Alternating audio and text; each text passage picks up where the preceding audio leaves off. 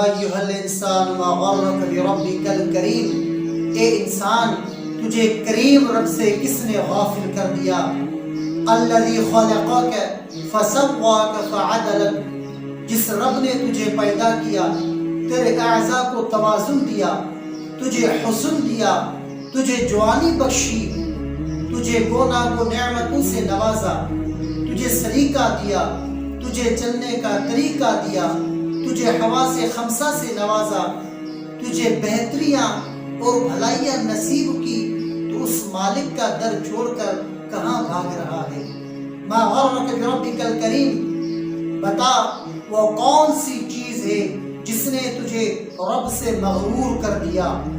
دولت 4 دن کی چاندنی ہے، حسن ڈھل جانے والا ہے، دولت ختم ہو جانے والی ہے، جوانی وہ آج ہے کل نہیں ہوگی، تو کس چیز نے تجھے مغرور کر دیا؟